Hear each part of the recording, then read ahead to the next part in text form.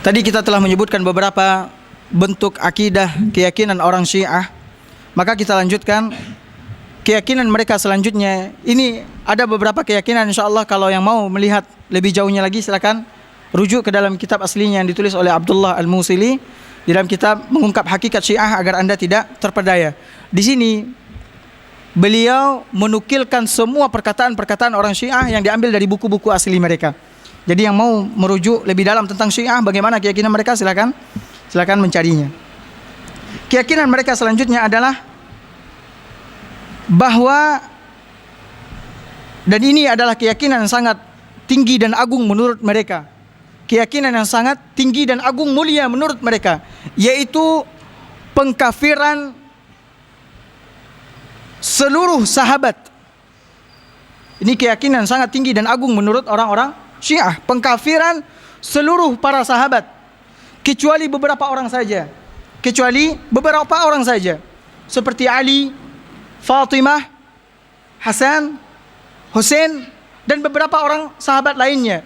Ada yang mengatakan 7 di antara ratusan ribu para sahabat yang tidak kafir menurut mereka, semuanya kafir.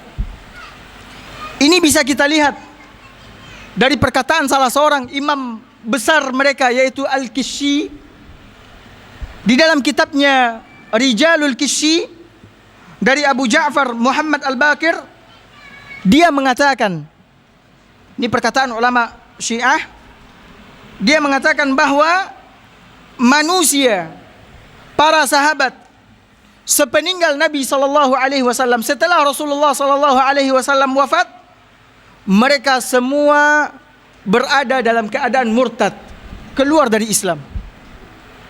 Ini keyakinan orang Syiah. Makanya mereka senantiasa mencela, makanya mereka senantiasa menghina, mencaci maki para sahabat. Bahkan mereka masukkan ke dalam zikir, mereka masukkan ke dalam syahadat persaksian mereka, karena kebencian mereka kepada para sahabat. Wajib bagi siapapun yang beragama Syiah untuk mencela, mencaci maki, menghina para sahabat. Bahkan cacian, makian, penghinaan orang-orang Syiah ini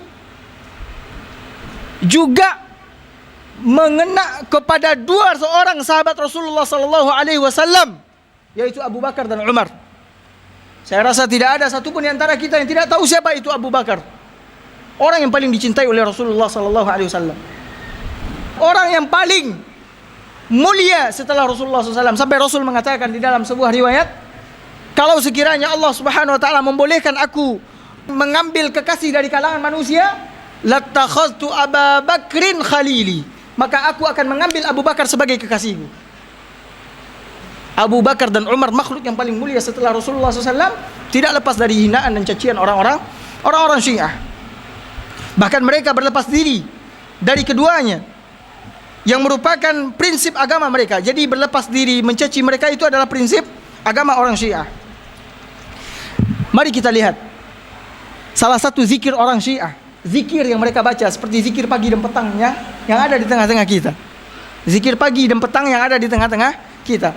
Mereka membuat zikir di dalam kitab mereka, kitab zikir mereka Miftahul Jinan. Mereka membuat laknat untuk Abu Bakar dan Umar. Kita dengar di antara zikir yang mereka baca, dan itu wajib: Allahumma salli ala Muhammad wa ala ali Muhammad wal'an sanamai Quraisyin wa jibtaihima wa taghutaihima wa ibnataihima. Ini zikir yang wajib mereka baca setiap hari. Kata mereka, ya Allah, semoga salawat senantiasa tercurahkan buat Nabi Muhammad sallallahu alaihi wasallam, buat keluarga Muhammad sallallahu alaihi wasallam, dan laknatlah kedua berhala Quraisy, yaitu Abu Bakar dan Umar, setan dan tagut keduanya, serta kedua anak perempuan mereka. Dilaknat oleh orang Syiah. Bahkan mereka mengatakan Abu Bakar dan Umar adalah setan, taghut. Bahkan juga Aisyah radhiyallahu taala anha, istri yang dicintai oleh Rasulullah SAW, juga tidak lepas dari cacian makian hinaan orang-orang Syiah. Yang dimaksud dengan kedua anak perempuan Abu Bakar dan Umar, maksudnya adalah Aisyah, kemudian Hafsah. Itu dilaknat oleh orang-orang Syiah. Bahkan Abu Lu'lu'ah Al-Majusi yang telah menikam Umar, pengecut Yahudi, pengecut yang menikam Umar ketika salat, membunuh Umar ketika salat, mereka berikan gelar sebagai Baba Syuja'uddin, lelaki yang pemberani di dalam agama ini. Siapa? Abu Lu'lu'ah Al-Majusi. Mereka gelari sebagai Baba Syuja'uddin, seorang pemberani dalam pembela agama. Bahkan ketika Umar dibunuh, mereka jadikan hari terbunuhnya Umar sebagai hari Idul Akbar, hari raya yang paling besar, hari kemuliaan, hari berbahagia, dan hari kesucian. Saking bencinya mereka kepada Umar bin Khattab. Bahkan apabila kita lihat di dalam buku ini telah dinukilkan satu perkataan orang Syiah, nanti pada hari kiamat ketika Allah Subhanahu wa taala mengumpulkan manusia di padang mahsyar, kemudian masing-masing telah dibagi, masing-masing telah ditentukan oleh Allah Subhanahu wa taala tempat kembalinya, ada yang kembali ke surga, ada yang kembali ke neraka. Ketika iblis dibelenggu oleh Allah Subhanahu wa taala dengan rantai dari neraka jahanam sebanyak 70, tiba-tiba dia melihat seorang laki-laki yang dibelenggu dengan belenggu dari neraka jahanam sebanyak 120. Tiba-tiba iblis mendekati laki-laki yang dibelenggu dengan 120 belenggu dari neraka jahanam. Dia mendekati laki-laki itu. Ada apa gerangan dengan engkau?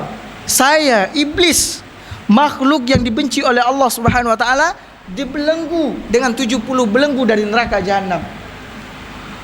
Dosa apa yang telah engkau perbuat? Siapa engkau? Dosa apa yang telah engkau perbuat sampai engkau mendapatkan azab hukuman lebih berat daripada hukumanku? Lalu dikatakan itu adalah Umar bin Khattab. Umar bin Khattab yang mendapatkan hukuman azab dari Allah melebihi azab iblis la'natullahi alaih. Lalu ditanya kepada Umar, apa dosa apa yang telah engkau perbuat sampai Allah Subhanahu wa taala membelenggu engkau dengan belenggu yang sangat luar biasa, melebihi belenggu aku? Katanya, kesalahanku yang paling besar adalah ketika aku merebut kekhilafahan dari Ali bin Abi Thalib. Ini menurut keyakinan orang Syiah. Bahkan Aisyah radhiyallahu taala anha, wanita yang paling mulia, Ummul Mukminin, ibunya orang-orang yang beriman di muka bumi, mereka mengatakan bahwasannya dia adalah seorang pelacur. Dia sedang diazab oleh Allah Subhanahu wa taala di neraka. Mereka membuat sebuah hadis palsu menisbatkan kepada Abdullah bin Mas'ud. Ketika Abdullah bin Mas'ud berkata kepada Aisyah, ini dinukilkan di dalam kitab terkutuk mereka, Ikhtiyar Ma'rifatir Rijal, karangan At-Tusi, ulama terkutuk mereka. Mereka mengatakan Abdullah bin Abbas berkata kepada Aisyah, kata Abdullah bin Abbas kepada Aisyah, kamu tidak lain hanyalah seorang pelacur dari 9 pelacur yang ditinggalkan oleh Rasulullah sallallahu alaihi wasallam. Ketika kita mendengar ibu kita dihina, apa yang kita lakukan? Kita akan marah dan membela. Bagaimana ketika Ummul Mukminin, ibunya orang-orang beriman di muka bumi, dihina, dilecehkan? Tidakkah tergerak hati kita, teriris hati kita untuk membela dan mempelajari, mengetahui kedudukan Aisyah radhiyallahu taala anha? Seperti ini orang Syiah menghina para sahabat. Sementara Rasulullah SAW mengatakan, jangan pernah kalian menghina sahabatku.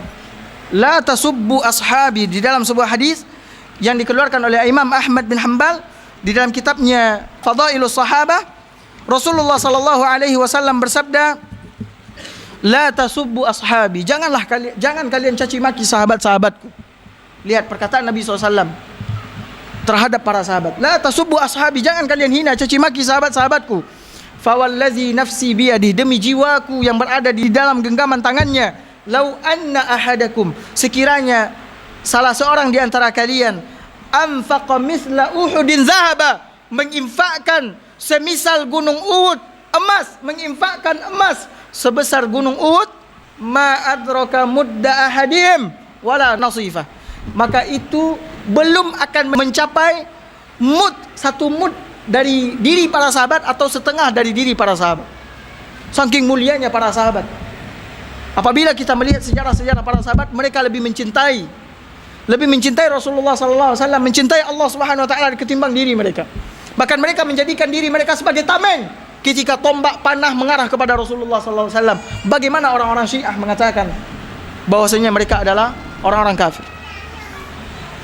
Kemudian, tidakkah orang-orang Syiah ini mendengar sabda dari Nabi sallallahu alaihi wasallam yang mengatakan, "Man sabba ashabi," siapa yang mencaci maki sahabat-sahabatku, siapa yang menghina sahabat-sahabatku, fa alaihi la'natullah, maka atas dirinya laknat Allah, wal malaikah, para malaikat, wan nasi ajma'in, dan manusia sekalian, dilaknat oleh Allah, dilaknat oleh para malaikat, dan dilaknat oleh orang-orang yang ada di muka bumi. Ini siapa saja yang menghina, mencaci maki para sahabat. Bahkan Rasul mengatakan, la yaqbalullahu minhu sarfa wala adla, dan Allah tidak akan menerima apapun bentuk amalan mereka. Ini adalah ancaman untuk orang-orang yang mencaci maki sahabat-sahabat Rasulullah sallallahu alaihi wasallam. Seperti ini kotornya mulut orang-orang Syiah. Kotornya mulut orang-orang Syiah dan kejinya. Oleh karena itu, saking kotornya dan kejinya mulut orang-orang Syiah, Imam Malik mengatakan mereka itu adalah kaum yang berambisi untuk menghabisi Nabi sallallahu alaihi wasallam namun tidak mampu. Mereka sebetulnya ingin menghabisi Nabi sallallahu alaihi wasallam, menghancurkan Nabi sallallahu alaihi wasallam, akan tetapi mereka tidak mampu karena sesungguhnya Allah telah menetapkan ismah, penjagaan untuk Rasulullah sallallahu alaihi wasallam sebagaimana disebutkan oleh Allah Subhanahu wa taala di dalam Al-Qur'an. Akan tetapi mereka tidak mampu. Maka akhirnya mereka cela para sahabat. Mereka hina para sahabat agar kemudian dikatakan bahwa Nabi Muhammad sallallahu alaihi wasallam adalah orang yang jahat. Kenapa? Karena kalau memang dia adalah orang-orang soleh, niscaya para sahabatnya adalah orang-orang soleh. Akan tetapi kenyataannya menurut orang-orang Syiah, sahabat-sahabat Nabi itu adalah orang-orang yang terkutuk, orang-orang yang kotor, jelek, sehingga Nabi itu adalah orang yang jelek dan terkutuk. Bahkan mereka mengatakan bahwasanya sebetulnya bukan Muhammadlah yang diinginkan oleh Allah Subhanahu wa taala untuk memikul risalah, akan tetapi Ali bin Abi Thalib. Karena kesalahan Jibril di dalam memberikan wahyu, sehingga wahyu itu turun kepada Nabi besar Muhammad sallallahu alaihi wasallam. Ini keyakinan orang-orang Syiah. Sungguh sangat luar biasa. Ini keyakinan selanjutnya, dan ini adalah keyakinan yang sangat penting dan mendasar sekali. Tadi itu sangat penting juga. Itu ciri yang sangat menonjol bagi orang-orang Syiah. Mereka senantiasa mencaci maki, mencela para sahabat. Keyakinan mereka selanjutnya adalah taqiyah. Pegang, taqiyah. Taqiyah itu artinya topeng.